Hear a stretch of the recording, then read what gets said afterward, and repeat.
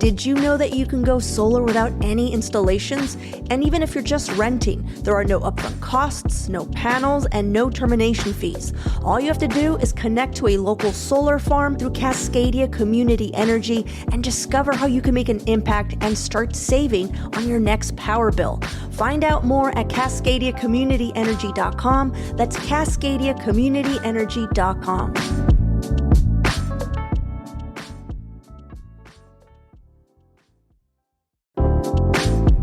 Do you have a small business that's ready for the next step, or maybe some back burner office projects you wanted to tackle this year? Spitzer Tech is a local company offering small business and nonprofits knowledgeable and friendly IT support. So when you call, you'll get a real person on the phone. No AI chatbots, no long hold times, just good service from competent folks who want to help you get back to work. They're ready to solve your problems at spitzertech.net. That's SPITZER tech.net.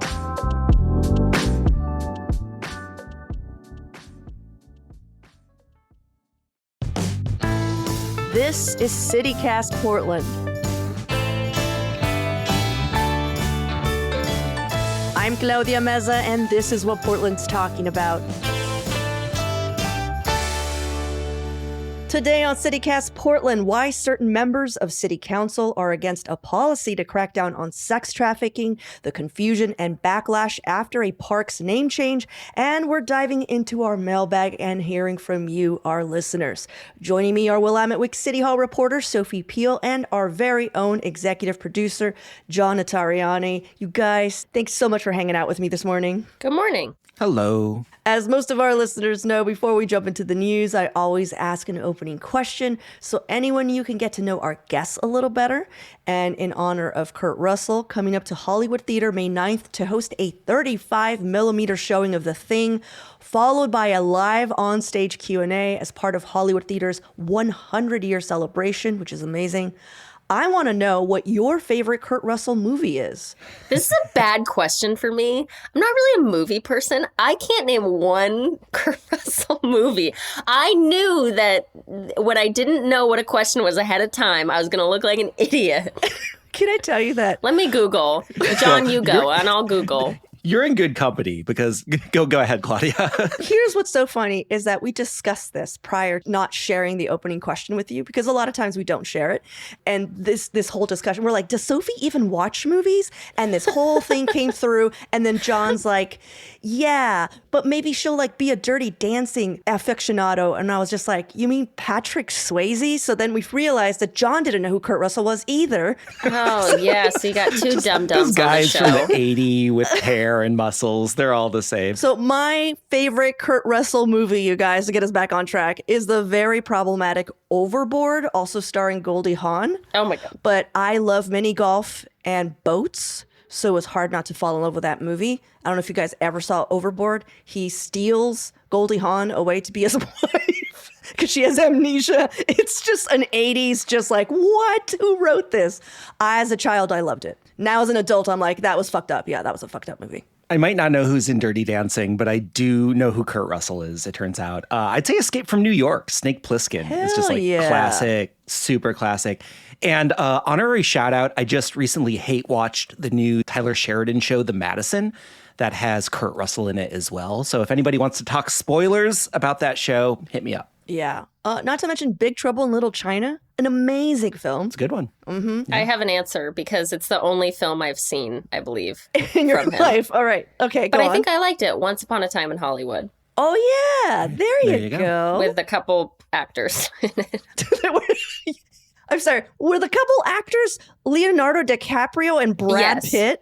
I think those are their names. There were two more actors. I don't know who they were. That Great. rings a bell. Yeah. Okay. They have a real strong future ahead of them, these up and coming actors. And now you know who Sophie is.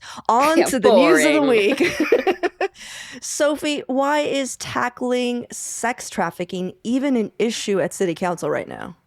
Good question. It's not totally clear to me, but Counselor Steve Novick, who we talked about last week on the podcast, he put forth this proposal to, in his telling, crack down on human trafficking and also like illicit massage parlors along 82nd Avenue. The proposal is not specific to 82nd Avenue, but that was sort of his analogy for why he wanted to pass this policy. So what it would do is amend, I don't think it's a part of city code that is exercised a lot by the city, but it's the chronic nuisance property code.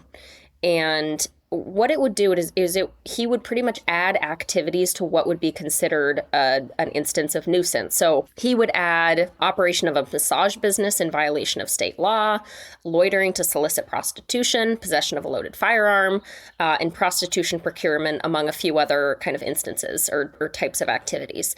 And what it would do is if a single business got like 3 or more of these instances within 90 days, and they would have to either be documented by law enforcement in a police report, or law enforcement would have to basically say something in writing saying, we think there's a preponderance of evidence to believe that this thing happened. If there are 3 instances within 90 days, the city can pretty much take abatement measures. So they can require that the property owner do certain things. It's not totally clear what, but do certain things to crack down on whatever is happening. What this is trying to do is just crack down on like businesses that are maybe harboring sex trafficking, harboring women that are not doing things, consensually or doing it under the threat of something, whether it's like lack of payment or violence or what have you. And it's really interesting, it's kind of a workaround to maybe more typical law enforcement strategies to crack down on this. But kind of the left flank of the Portland City Council, some of the members of Peacock were like very unhappy with this policy. They were concerned that it would essentially drive this kind of activity more into the underbelly of the city, making it harder to identify and help victims. They worried that it was really kind of using like motel and hotel owners as a scapegoat for an issue and saying, we basically think all these motels are harboring like sex trafficking and they know about it. And so they had concerns about penalizing small businesses and, also making it harder to like identify and help victims. So it kind of turned into this interesting debate. I think another interesting part of the debate was like, there's consensual sex work and then there's sex trafficking, and they're two really different things. And there are people, there are sex workers out there that are choosing to do sex work by choice. And then there's others that are not. And sometimes there's a gray area in between. A lot of victims of sex trafficking will tell authorities that they're doing it consensually, but they're not. And so it kind of gets into this really interesting debate of which one is more prevalent, right? That's the gist of the policy. I don't know if it'll pass. I think it probably will eventually, actually, but there's some hurdles to get over. What about the massage parlors? Because I thought that was pretty much outlined that the majority was sex trafficking, because the people who were in these massage parlors were not citizens, did not speak the language, and it was witnessed that they could not leave premises, they were living there, and it was just shady beyond belief. So I'm curious what the option is there, what city council is going to do about that. Oh, well, right. I think that's the thing. I think Councilor Novick is saying this would encompass that, right? This is one of our main targets of this policy. And there's a lot of those that cropped up kind of in the wake of the pandemic. It's really interesting. Willamette Week wrote an article about it maybe a year ago, maybe 2 years ago, but really delved deep into all these illicit massage parlors, mostly in East Portland, that had popped up. And, there were women there that were clearly not there by choice. They were under there by threat, and they were having to do sex work. And, I think the naysayers of this policy didn't necessarily mostly they were just throwing stones at Novick's policy. I wouldn't say they came up with an alternative idea that could also crack down on this. That's what I was going to ask too. I was like, what was their solution? Because I'm hearing one good idea. Yeah, there wasn't. There was a state law that was recently passed that did aim to increase penalties for illicit massage parlors. And so I think some of the Peacock members were like, okay, well, that's supposed to address it. But even lawmakers that supported that policy at the state level were actually in support of Novick's policy. And so, and I will say, even people who were formerly trafficked testified kind of both ways on this. There were 2 women who were previously sex trafficked who said, we need this policy. It is your duty as a city council to address this in any way that you can. And then there was another woman who's formerly sex trafficked who worried about I think this is just going to maybe make things worse. And so it was really interesting to hear those different perspectives of what this policy might do. And it's interesting because it is, looking to expand a program that already exists, right? The city already has chronic nuisance laws. I believe the penalty at this point is the ability to impose a $100 a day fine, among other things. But it also sort of dovetails with what's been happening at the ICE facility, right? And like the city council really sort of trying to take that property owner to task for the things that happen at that property. So the idea of holding property owners accountable for a wide range of illegal actions that take place on their property is interesting, and it seems to be a growing area of interest for city council. Though I think it's very different because one is like the federal government, and I feel like that is just a very different person they're trying to like somehow get to than sex traffickers. I feel like they have more leeway in this instance than they might at, say, the ICE facility. Because, they pretty much told us the ICE facility is staying, no matter how many peacocks. They pretty much are like, but they're not saying, hey, we're going to continue with sex trafficking. So, I totally hear what you're saying, but I just want to outline that's such different, almost polar opposite problems, but still somehow the same solution, which is what's interesting to me is to hold the property owner accountable for the issue. But I do think it's interesting to sort of think about this in the wake of some of the conversations that have happened over the last couple of years about the so-called Nordic model. That is a law that is passed in some places that criminalizes the buying of sex, but doesn't penalize sex workers themselves. So sort of penalizing the Johns, not penalizing the people who are engaging in the work.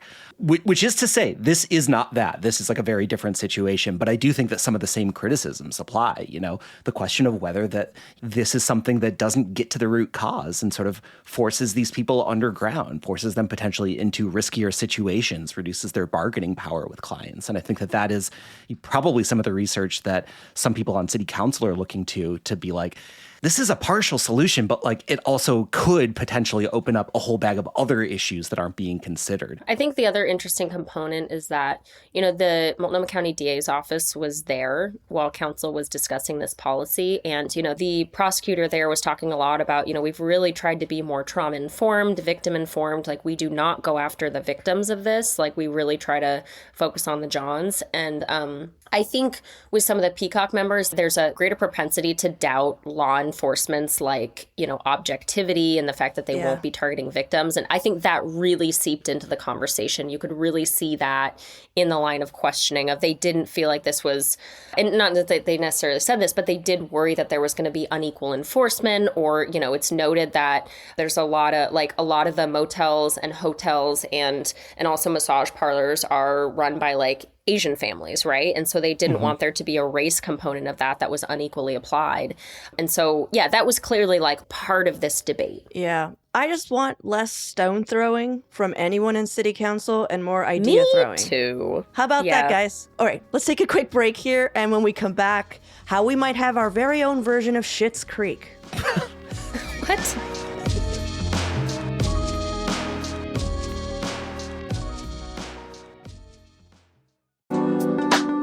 So when was the last time you got out of the city for a weekend? And I don't mean just a day trip. If it's been a minute, I might have something for you. Cascadia Getaways is a local Oregon company, like actual Oregonians, managing vacation homes across the coast, Mount Hood, and the Willamette Valley. They're not some out-of-state tech platform. This is a small team that knows every property, knows the local spots, and actually picks up the phone when you call or text. And when you book through their site instead of the big travel apps, you save 15 to 20%. Same homes, same hot tubs, same ocean views. You're just skipping the middleman fees. And that money stays with a local business instead of going to some corporate headquarters in San Francisco or Seattle. So whether you want a cabin with a hot tub near government camp, an oceanfront condo in Seaside, or a wine country house with a view of the valley, check out CascadiaGetaways.com. That's Cascadia Getaways, plural, .com, or text Getaway to 971-350-1869. And if you own a vacation rental or know someone who's tired of their manager, reach out. Book a trip or talk shop at CascadiaGetaways.com.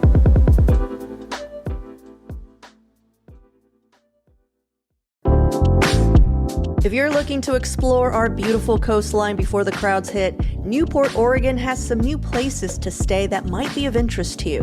The All Red is family and dog friendly, just steps away from the beach. You can enjoy nightly fire pits, the pool, and sauna. They also have an on-site restaurant, making traveling with kids a little easier.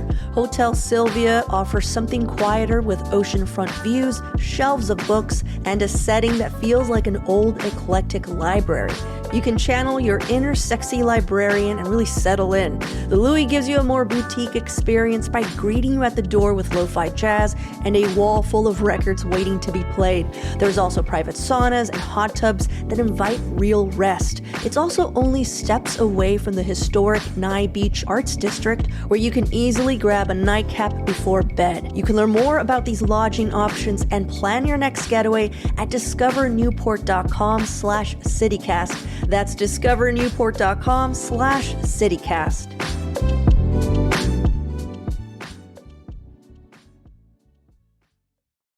All right, you guys, so a couple weeks back, Portland Parks and Recreation finally got around to renaming Custer Park in Southwest Portland. They spent roughly 5.5 years and nearly $20,000 brainstorming possible new names to replace the one they had, possibly honoring the not even good at his job General George Armstrong Custer, who spent most of his military life slaughtering indigenous people and was made famous for being killed by one at the Battle of the Little Bighorn.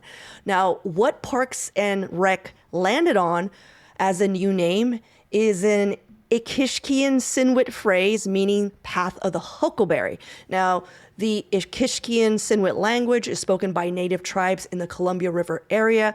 It was seen as a pretty cool gesture after having the park named after Custer for so long.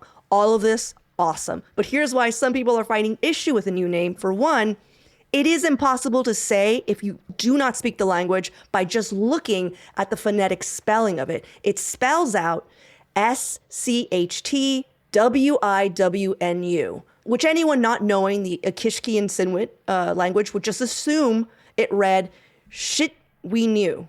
Now, though there is an Ikishkian Sinwit pronouncer right underneath it, and they also put out a phonetic video recorder by Dallas Winshut, and I hope I'm saying his last name correct, Dallas Winshut, a language teacher with the Confederated Tribes of Warm Springs. Here it is how it is actually supposed to be pronounced. Scht Willanu. So, Scht Willanu. Scht Willanu. So that is the pronunciation for SCHTWIWNU. There's a lot more sounds coming out from those phonetics. Like there's just a lot more consonants and different vowels, and just it would just be hard for anyone to figure out without hearing that pronouncer or carefully reading the pronunciation guide, though honestly I had to hear the pronouncer. So Dallas Winshut, and I hope, again, I'm pronouncing that correctly, said he was approached by the city about a year ago to help with the renaming process. And he proposed Scht Willanu after consulting with other Warm Springs elders. He says the naming of the park in the Ikishkian Sinwit language is really something special. Southwest Portland neighbors are just simply concerned that it's now going to be called Shit Park. So that's where we're at with this. What do you guys think? Claudia, you might remember I touched on this briefly last week when we were talking about Cesar Chavez, and I did sweat the pronunciation. It does take a minute to sort of load your brain and have it roll off your tongue.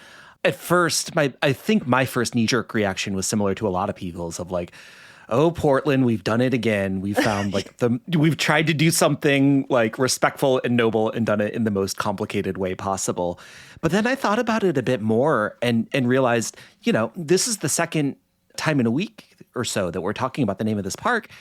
And it's driven me to really sort of think more deeply about the native people and about the language and about where this comes from and what this name represents. So it definitely does create friction, but after sitting with it for a week or two, I've come to really appreciate that friction. I don't know if everybody's going to be as like open-minded and lovely about it. And like, it does create a complication if you're just like trying to direct someone to your kid's birthday party. But I've really come to appreciate it after thinking about it for a few weeks. Did you just call yourself open-minded and lovely? Yes. I love that everyone were like me. That is my new title. I would like you to introduce me that way forevermore. John, open-minded and lovely, Notarianni. No, I appreciate what you just said. I will retort with, and this is like the simplest nitpick. It means the way of the huckleberry. There's no huckleberries at that park. For one, it's false advertisement. I'm not even joking. Like, I'm just like, I would be so pissed if I was like, oh shit, there's huckleberries, and then I went. Let me go forage huckleberries. And there's none, and then I'm like, what the fuck, Scht's Park? Like, what is going on here?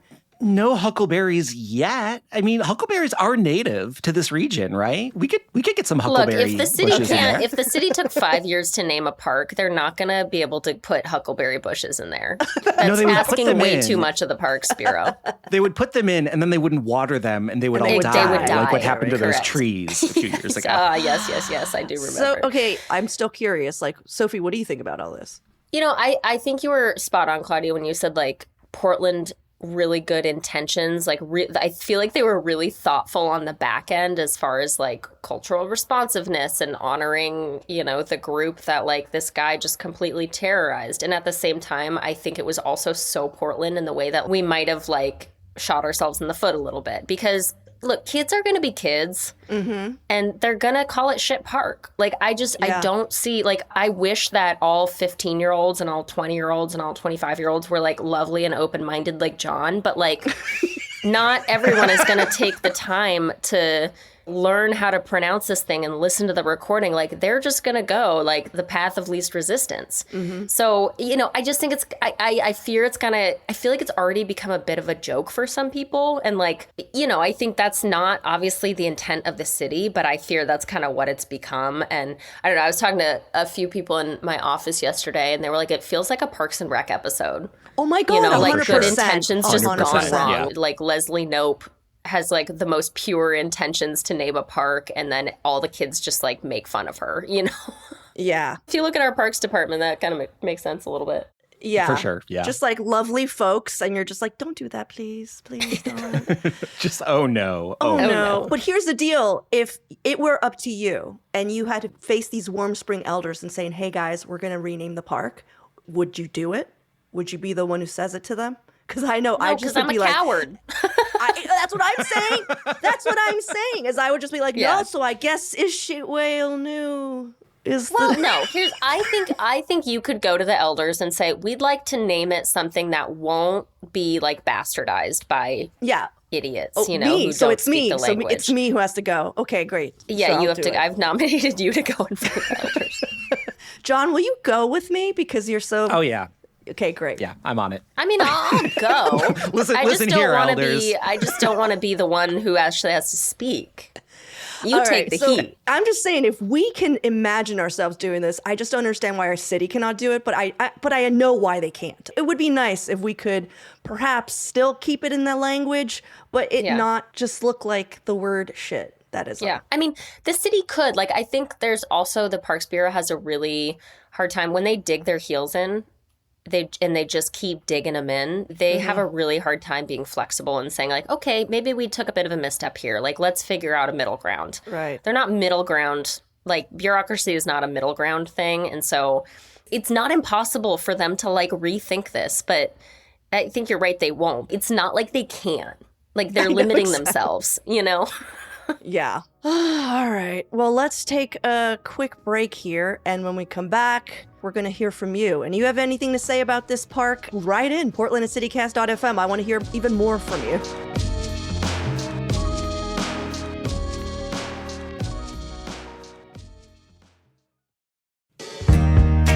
Whether you're already renting your vacation home or considering it for the first time, Casago Central Oregon Coast is ready to help you get the most from your investment. As part of Roofstock, they combine the power of a national platform with a kind of deep local knowledge that only comes from truly being here. It's kind of the best of both worlds. Their team is passionate about creating exceptional guest experiences that showcase everything that makes our coast so special while giving homeowners the trusted hands-on partnership they deserve. Visit vacasa.com/Oregon ad to get started. That's Vacasa, VACASA.com/Oregon ad.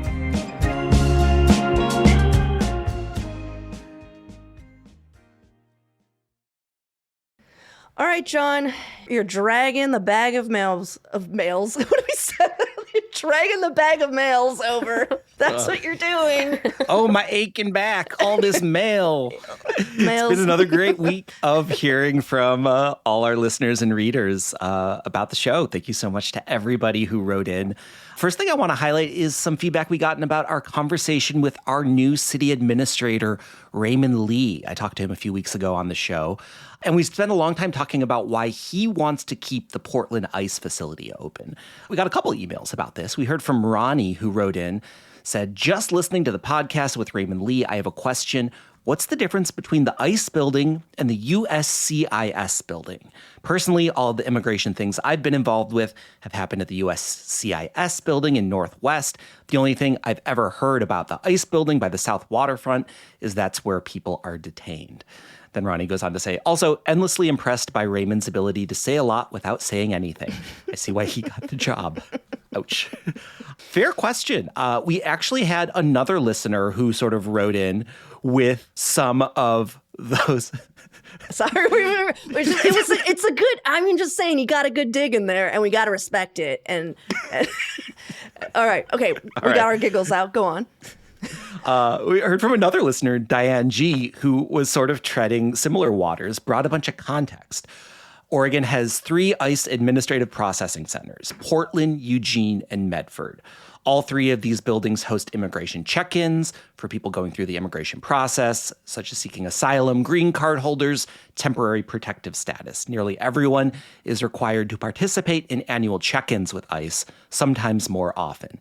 If they miss that check-in, they are automatically in violation and could be eligible for deportation.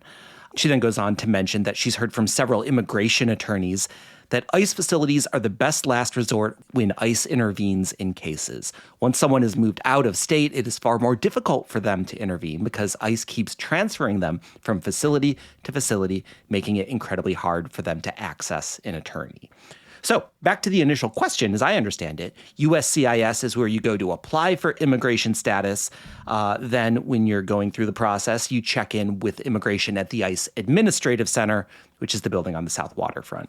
Which is why I spent a long time talking with Mr. Lee, trying to be like, why can't we separate the administrative roles from the detention center? That seems like a fix that everybody could be excited about. Totally. Well, I have some mail here about the show where I discussed the possible solution of cleaning up the Portland Harbor and fixing up Ross Island. Now, Chris S. wrote, I enjoyed the discussion of the Portland Harbor-Ross Island connection this morning, but the situation at Ross Island is much more complex with many more issues. Filling the lagoon only helps with the algae issue if we also create a flushing channel or channels. City Club just reported on Ross Island. Full disclosure, I was the research advisor to the committee. On the multiple issues we need to grapple with, it goes to members for approval on April 9th, and then Chris suggested we have some members of his own committee on the show at some point, which appreciate the gusto. I just want to say the solution that we were talking about really was just to plug that hole. Chris is totally right. There are more issues. And if you want to hear about them, we actually did a whole show about it called What's the Deal with the Willamette River's Toxic Algae? And we had Willie Levinson on from the Human Access Project, who has been working on it, on basically fixing the blooms and Ross Island specifically. We'll link to the show in our show notes if you want to check it out. It was like 2024 in June, so I don't expect a lot of listeners to remember that episode. But we did go pretty much in detail, like of all those reasons, But again, the discussion we had was about plugging the hole specifically. Thanks for writing in, Chris. Finally, Claudia, I've got one about the most mail that I've gotten about a mistake that I made on the show in recent memory. And this is related to where the Sugarpine Drive-In is. A few weeks ago, I shouted out the Sugarpine Drive-In, sort of vaguely said, it's like east of Portland. We had Arisa write in saying, it's not in Portland, it's in Troutdale. That's in Clackamas County. Troutdale is not in Clackamas County, which you are all very quick to remind me. We heard from Ben. Troutdale is pretty much smack dab in the middle of Multnomah County. It's fun to hear 3 Portland news people let that one slip by. Fair. Our regular guest, Brian M. Vance. Troutdale and Sugarpine Drive-In are squarely in eastern Multnomah County, not Clackamas County. Then he linked me to a map. Thank you, Brian. Finally, we heard from Arisa herself. Listening to this morning's mail shout out, I'm embarrassed that my 6 a.m. email was not proofread. I meant to point out that Troutdale is in Multnomah County, but I put in Clackamas by mistake. So sorry. So wow, a lot went on. I know. For the record, the Sugarpine Drive-In is in Troutdale, which is in Multnomah County. From Portland, you would pass through Fairview and Gresham to reach it. I actually went last weekend, and their potato salad is awesome. So. Nice. You're forgiven, I now John. know where Troutdale is and where Sugarpine is. I think this just teaches us never to get feedback from listeners again. Because clearly it just... They're a little too detail-oriented. We've got it from here. Yeah. Thank you for the correction. Clearly you're also going to be wrong. So let's just stop here, folks. We got a letter here from Vera about our St. John's neighborhood guide. And they wrote, I'm listening to the St. John's episode right now, and I'm so delighted to hear so much about my neighborhood. I'm going to send this episode to people when they ask me about why I live here. And today I learned See You at Slim's is a real thing, and I've lived here for a decade. Oh, yeah, Vera, it's a thing.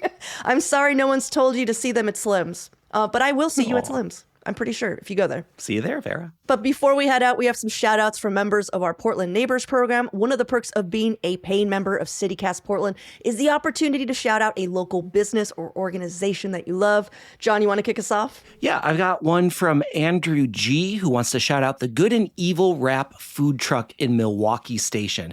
Says it's his go-to place for a lunch that is guaranteed to be tasty and satisfying. Nice. Rob H wants to shout out Yala in Multnomah Village as an astonishingly great restaurant for food and setting and service. Setting. Oh, I love Yala. Yeah. I've never been to Yala. It's good. Yeah. Okay. Cosign. Hard cosign, Rob. Finally, I've got one from Kareem A.R. who wants to shout out the Portland Panorama Film Festival. Coming up April 9th through 19th. It's made by artists for artists in Portland's famous theaters and around town. Nice. Shout out to Andrew, Rob, Kareem, and a huge thanks to our newest member, Sue D. When you join as a Portland neighbor, we'd also be happy to read your shout outs of places you love in Portland alongside a bunch of other perks like ad-free listening. Join at membership.citycast.fm. That's membership.citycast.fm.